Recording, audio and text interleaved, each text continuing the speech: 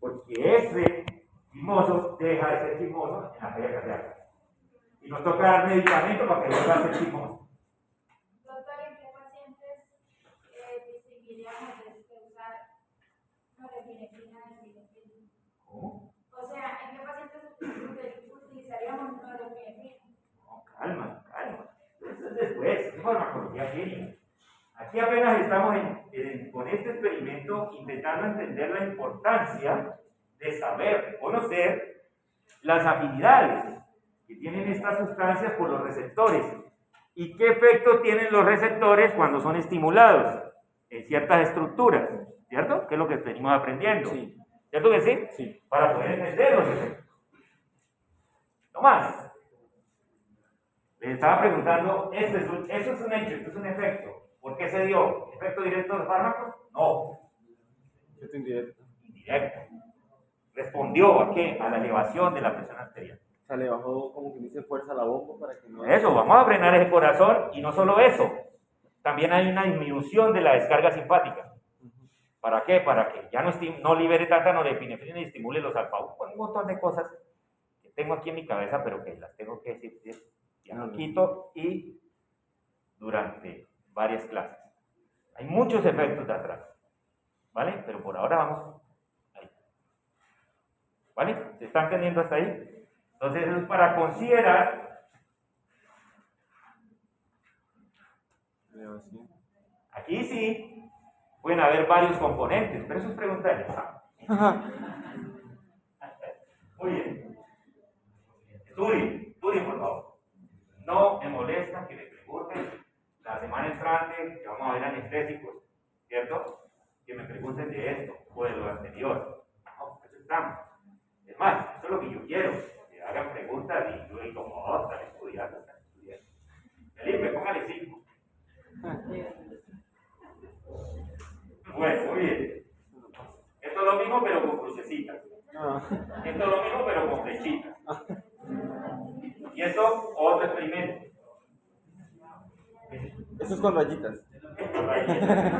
Con rayitas de un transductor, ¿cierto? Él hace así en el polígrafo, él hace así, es una agujita, así. Ajá. Mientras se mueve el papel. Sí, el papel va moviendo.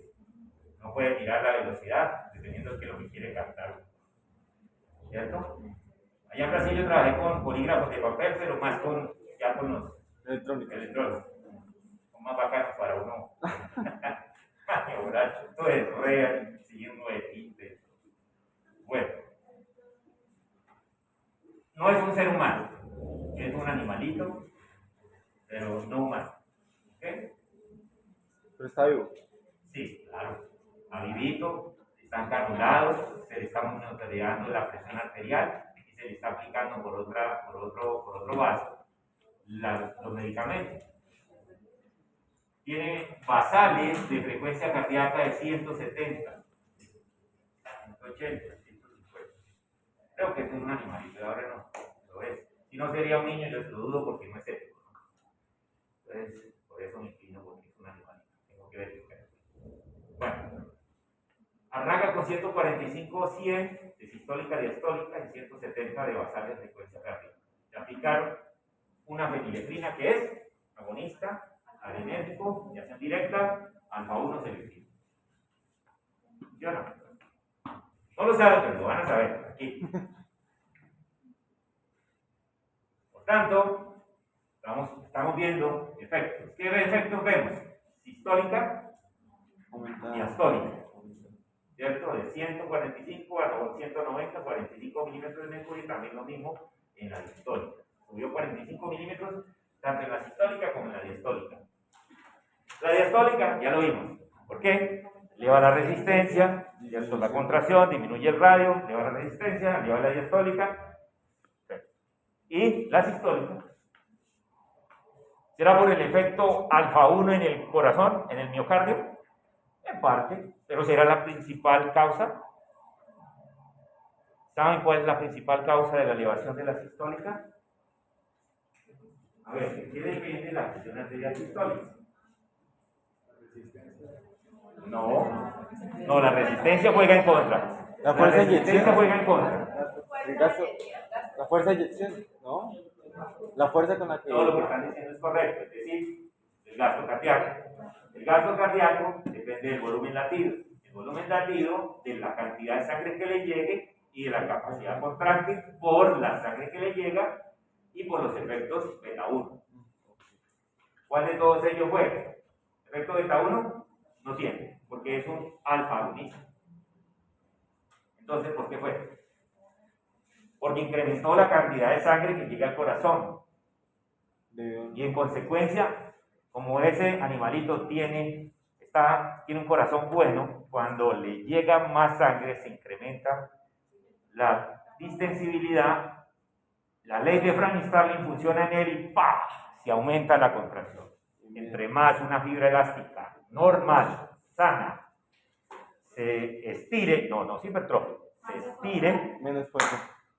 más velocidad de acortamiento.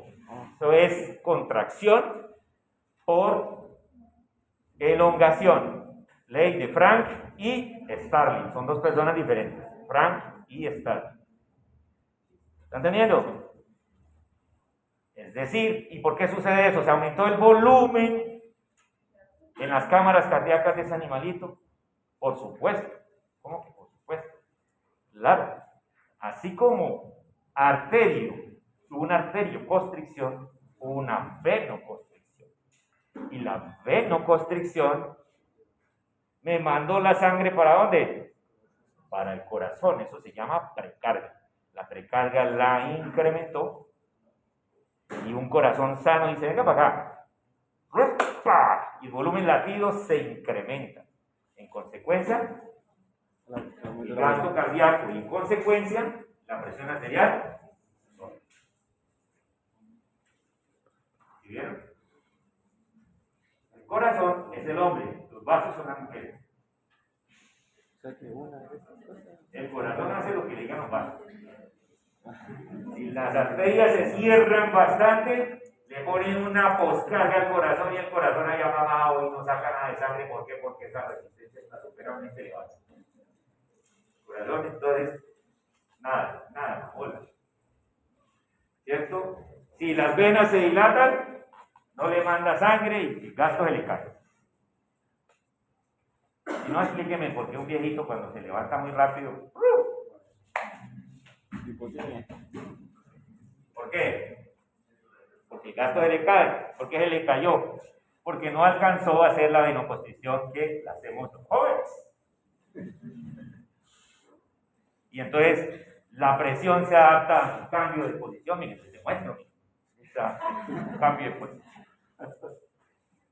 Por ahora lo puedo hacer. No, ya me toca decirle, hágame el favor y se siente y se levanta. ¿Ok? Es importante que entendamos que dependiendo de la sangre que le llega o no le llega, habrá más o menor volumen latido, más o menor gasto cardíaco. Ahora, es un corazón sano.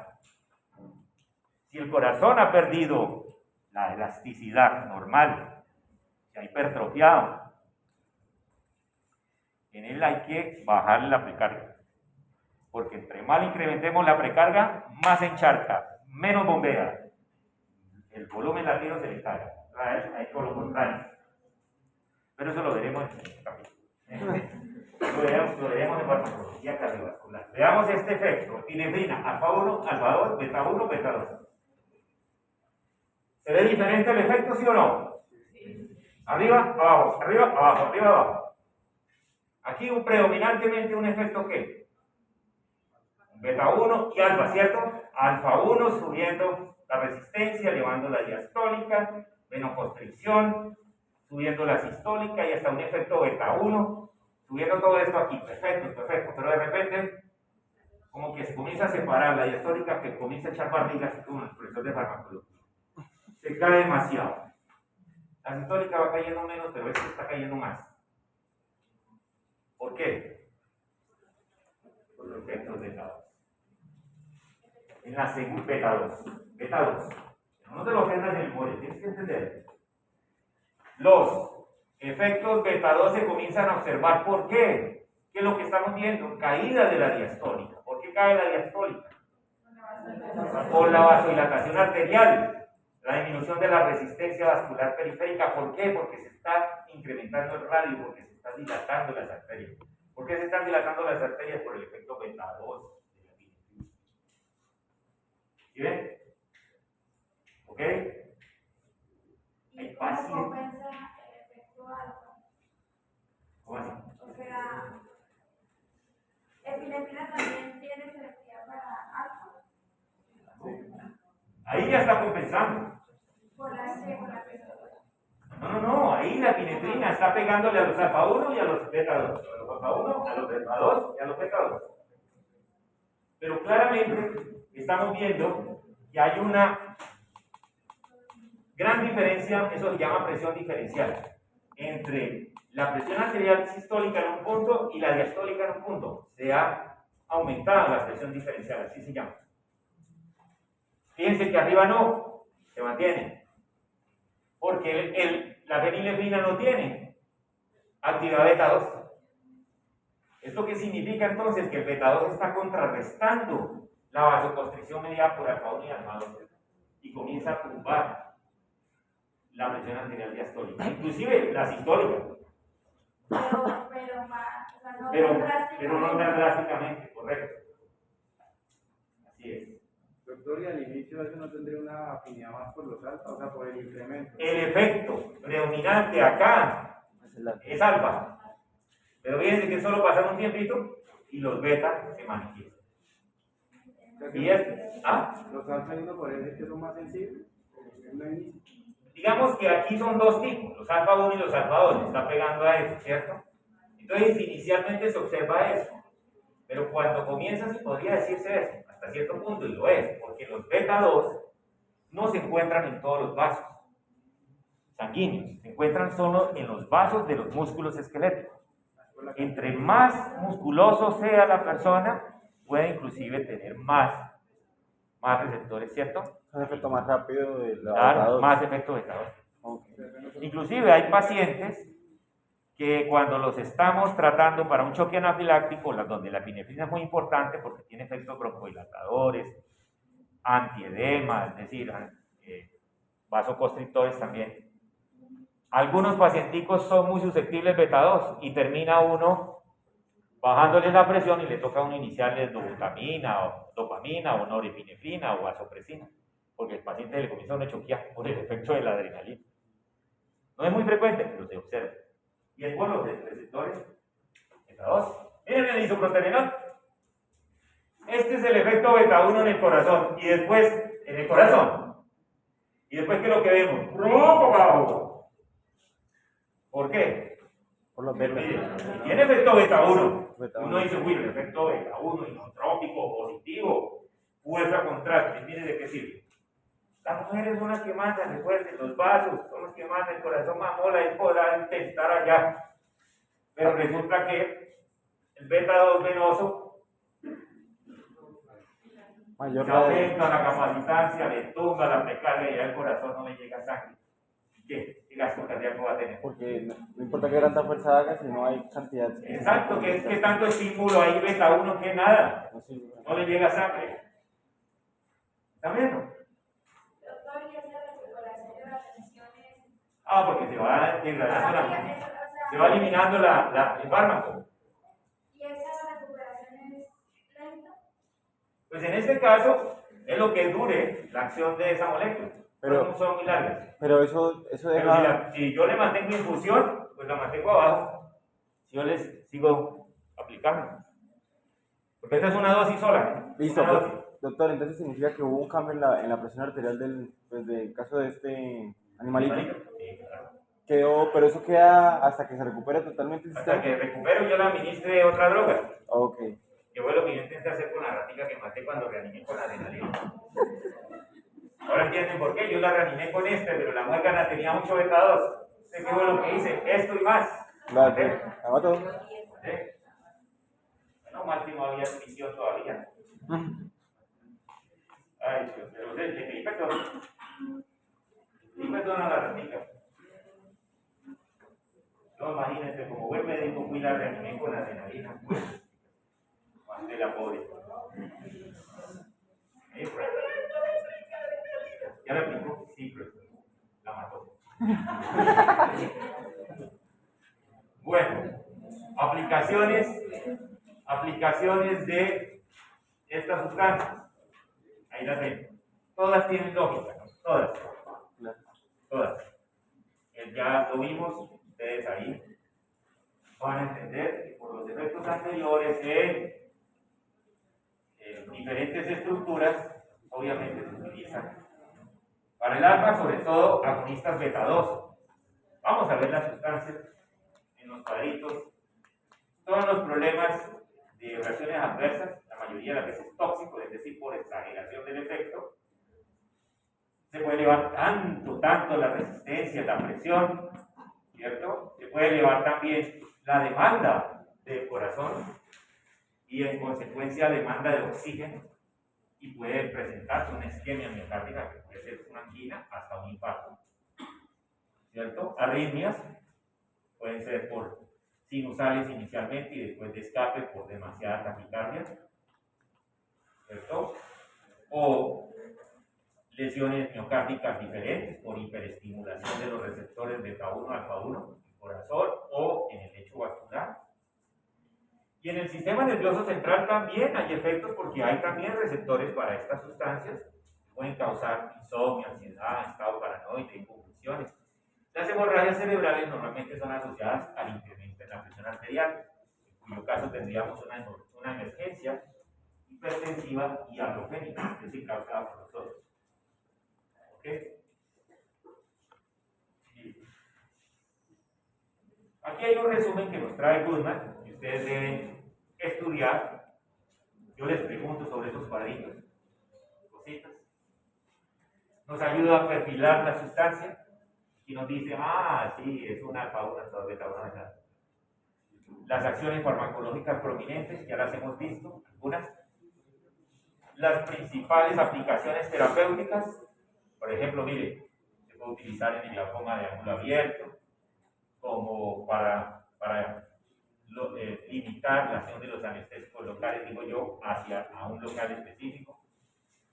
Lidocaína con epinefrina, por ejemplo, para que el anestésico no se absorba, entonces se combina el anestésico local. Yo era un anestésico con el profesor, no, mañana lo veo. Con él se van a dar cuenta que los anestésicos locales, algunos se combinan con adrenalina para que no se absorba el anestésico local, porque el anestésico local cuando nos absorbe puede ser letal. ¿Ok? En el choque anafiláctico, ya les había dicho que la adrenalina es piedra angular, pero hay que tener cuidado con los pacientes que son susceptibles a receptores beta 2. Pacientes con falla cardíaca aguda, ¿cierto? ¿Con qué signos de bajo gasto? Que son sudoración, palpitaciones, hipotimias, síncopes, ¿no? Disnea paroxística nocturna, tornea, todo eso. Bueno, pues también son de congestión. Los efectos no deseables, palpitaciones, arritmias, hemorragia cerebral, dolor de cabeza, dolor. Y algunos comentarios, no dar por vía oral, tiene una pésima disponibilidad por vía oral. Suele ser una molécula que salva vidas en el choque anafiláctico y en el arresto cardíaco, es decir, en la falla cardíaca aguda, choque cardíaco. Son salvadores. Son urgencias. La norepinefrina, agonistas beta 1, isoproterenol, fluvoxamina. Ahora los beta 2, ahí están los beta 2 de acción intermedia, albuterol, biloterol, utilizados en asma, en EPOC, sobre todo en estos dos, bastante utilizados, ¿cierto? Aquí otros, formoterol, salmeterol, ya son más de acción más larga, más prolongada, tienen que ver con lo que la doctora ayer preguntaba, ¿no? Yo le decía que estos que duran más es porque tienen una afinidad terrible por el receptor y viven de amores. Y la acción se prolonga, ¿no? Los alfa 1 selectivos, aquí aparecen varios protagonistas. Muy bien. mixta, la dopamina y la efedrina. Recuerden que les dije que la dopamina también era mixta, no tiene grupo hidroxilo ni carbono beta. Y ahora, para terminar, los antagonistas. Esto es más fácil. ¿Por qué es más fácil? Porque ya entendemos todo lo que hay que saber en relación con la afinidad relativa, con la localización de los receptores, con los efectos que se producen cuando estos son estimulados. Estoy diciéndoles cuando ustedes hayan estudiado eso, qué es lo que hay que hacer. Yo les digo qué es lo que hay que hacer. ¿De acuerdo? Pero si quieren saber muchas de las preguntas, ya las hemos abordado. Lo que pasa es que hay que analizarlas.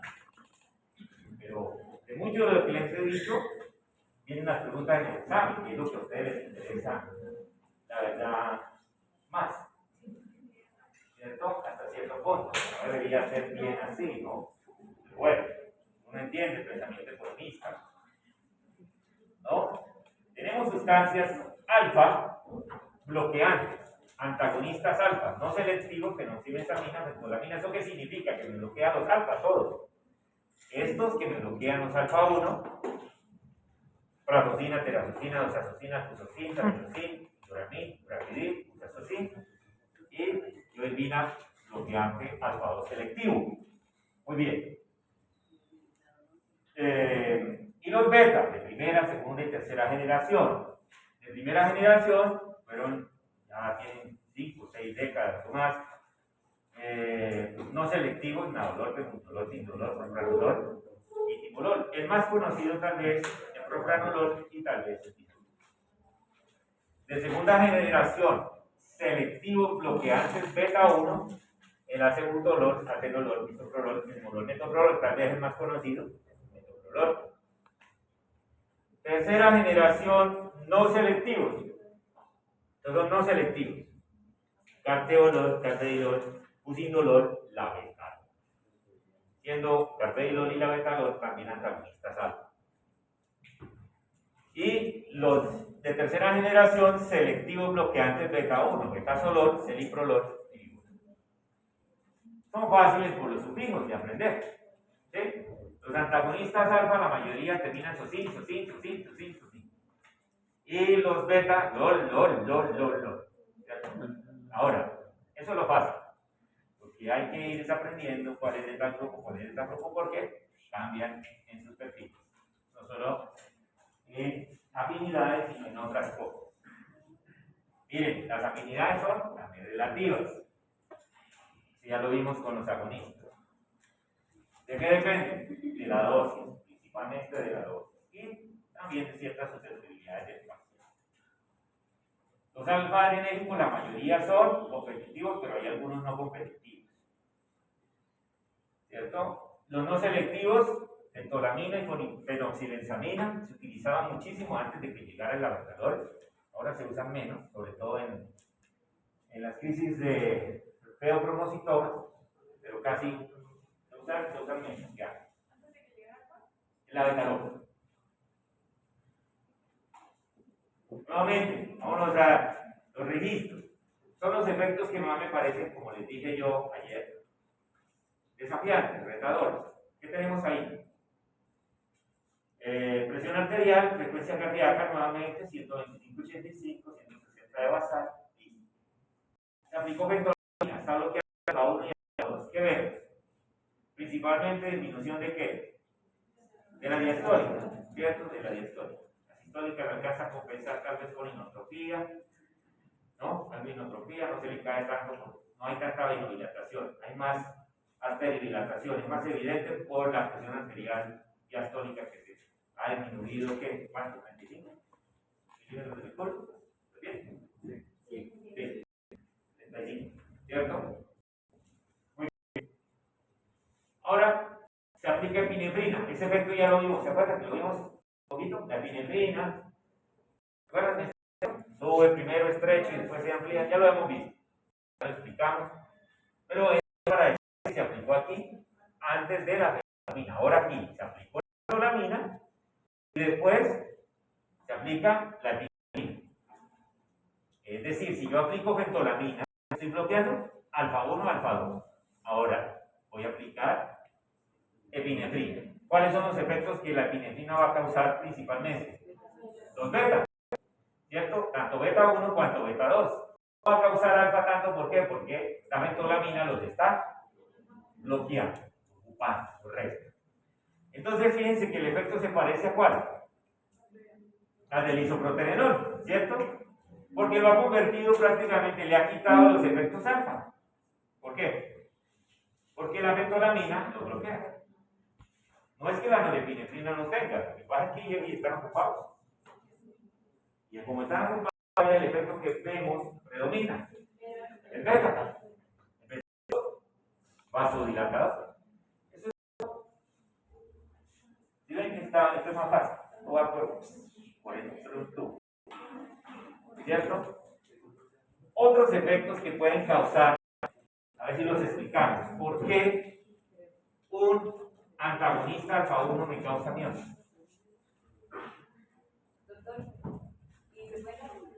¿Cómo? ¿Para quiénes? No, esto es solo para mostrar los efectos. Terapéutica, no. A no ser que nosotros la hayamos embarrado. Entonces nos toca que, ¿cierto? Es decir, coge la mano con la bentolamina y que ahora está en lugar de hipertenso es hipotenso. Entonces, la epinefrina. Pero normalmente uno usa más. Y el problema es de, si lo que yo quiero más vasoconstricción, uno aplica más norepinefrina que epinefrina, pero hay que estar en el lugar correcto. Uno no lo puede hacer en urgencia. Es lo peor que sí. Epinefrina, norepinefrina es bravo. La norepinefrina se come el corazón.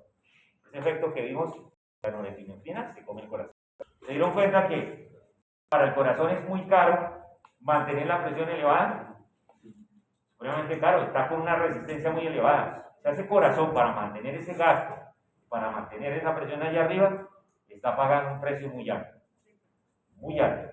Eso es un experimento y pasa. Pero un paciente con infusión de norepinefrina es comerle el corazón. Solamente se hace cuando es muy estricto. Cuando ese riesgo vale la pena correr porque digo, tenemos pacientes.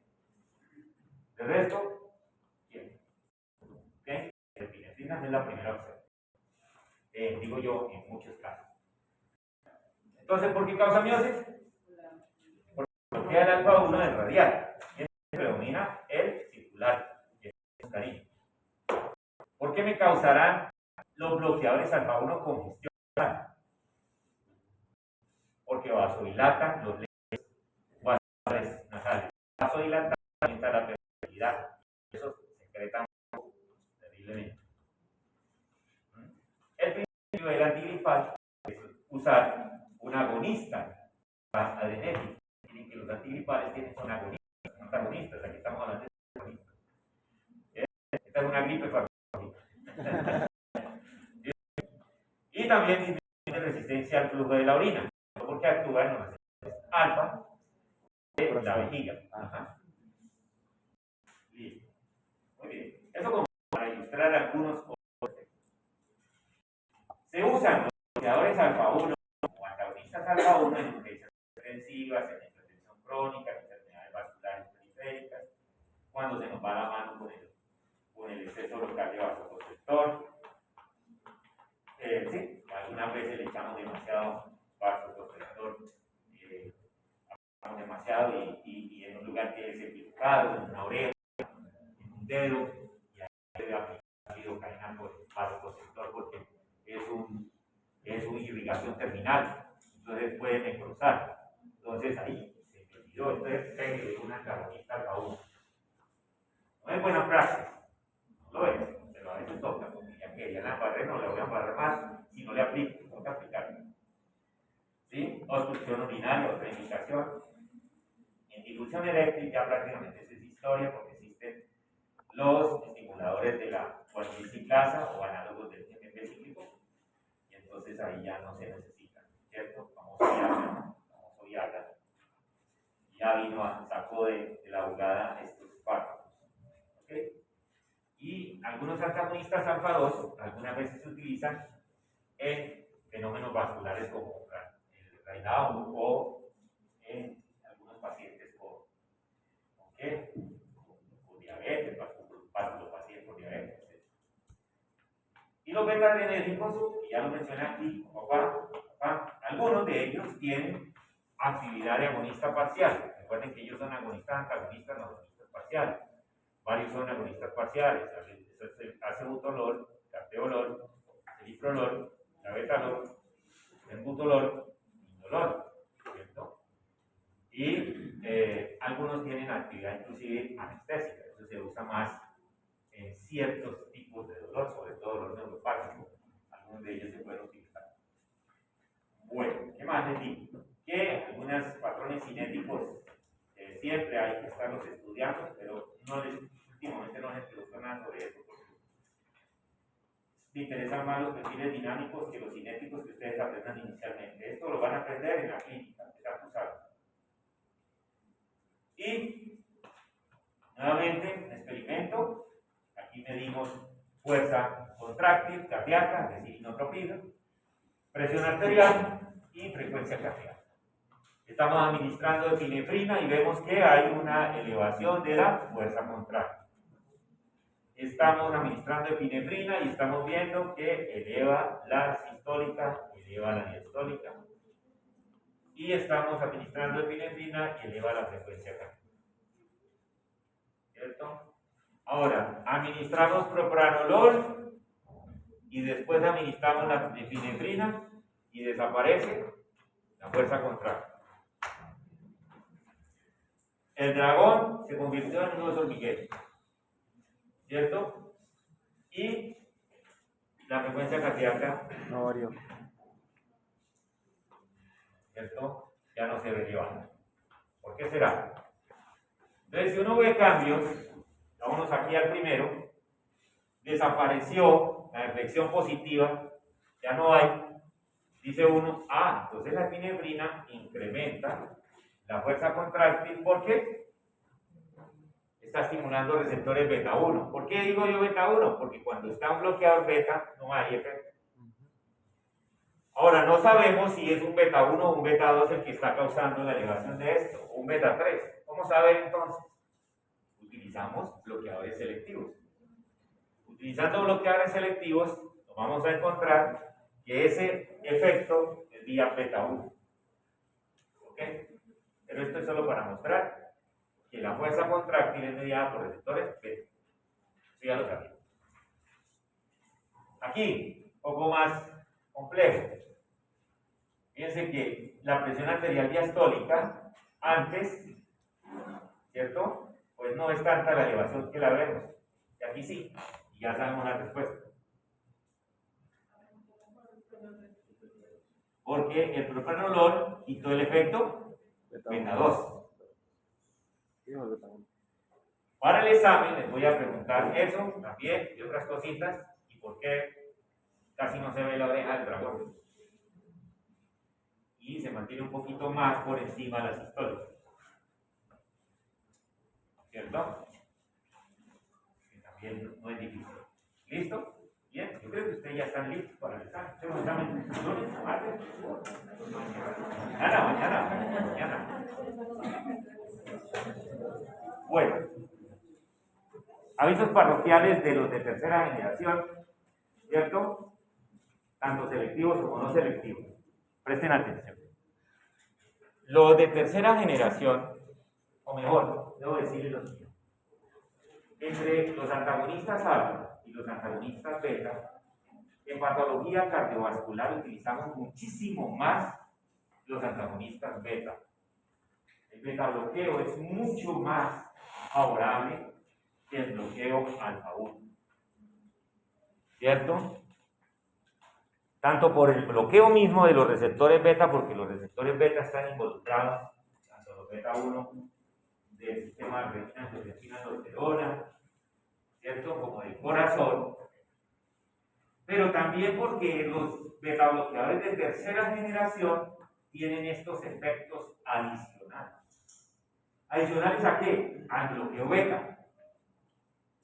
Si son beta bloqueadores, pues bloquean los receptores beta, pero además de eso, tienen estos efectos. Por ejemplo, el celiprolol, nebivolol, carteolol, bopindolol y pradilol producen óxido nítrico a niveles endoteliales y eso revierte la disfunción endotelial. En un paciente con patología cardiovascular, eso es muy positivo.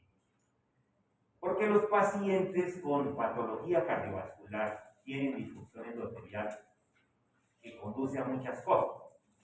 A un endotelio inflamado, un endotelio reactivo, un endotelio que causa aterogénesis, un endotelio que causa liberación de radicales libres, oxidación de la LDL, generación de placa ateromatosa, un endotelio que causa activación plaquetaria, agregación plaquetaria, generación de trombos y coágulos. ¿Están entendiendo? Entonces, hay muchos efectos deleterios causados por disfunción endotelial que en buena parte es por deficiencia de producción de óxido nítrico endotelial. Entonces, estos tienen ese efecto. El celiprolol, carvedilol y bopindolol son agonistas beta-2. En un paciente con enfermedad cardiovascular, el agonismo beta-2 es muy positivo porque disminuye mucho la poscarga. Los pacientes que están con problemas cardiovasculares, sobre todo con bajo gasto crónico, es decir, con insuficiencia cardíaca, son pacientes que tienen en el techo el sistema endotelina activado, el sistema renina-angiotensina activado, el sistema de catecolaminas activado. O sea, los vasos están allá arriba intentando ¿qué? Hacer algo, que se mejoren las presiones. Pero esa no es la solución. Esa no es la solución. La solución es justamente hacer manipulación vascular. ¿Qué tipo de manipulación vascular? Bajar cargas, bajar resistencia, bajar la venoconstricción que ellos tienen. Los pacientes intentan incrementar la precarga. ¿Qué les dije que qué pasaba en un paciente que tenía el corazón dañado? Si se le incrementa la precarga, lo ahoga más, saca más. O sea, lo que hace es disminuir el volumen arterial. Sí, en lugar de aumentar. ¿Por qué? Porque ya está en falla. Su corazón no es elástico, no funciona de la misma manera. Tal vez está hipertrofiado o dilatado. Ella no se contrae como un corazón normal cuando le llega volumen. No, ya no le pasa eso. Si no le pasa eso, tenemos que aliviarle la precarga. ¿Vale? Y resulta que la angiotensina 2 es venoconstrictora. La norepinefrina es venoconstrictora. La vasopresina, que también se secreta arriba, es vasoconstrictora.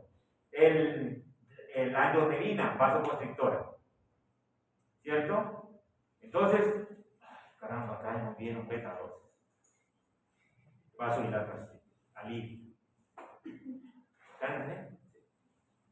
Ok. Bien.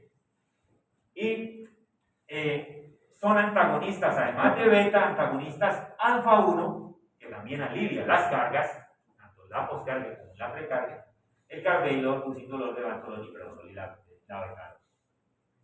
Carvedilol, nuevamente, betazolol y levantolol bloquean la entrada de calcio. Estos pacienticos también tienen citopatía mediada por calcio.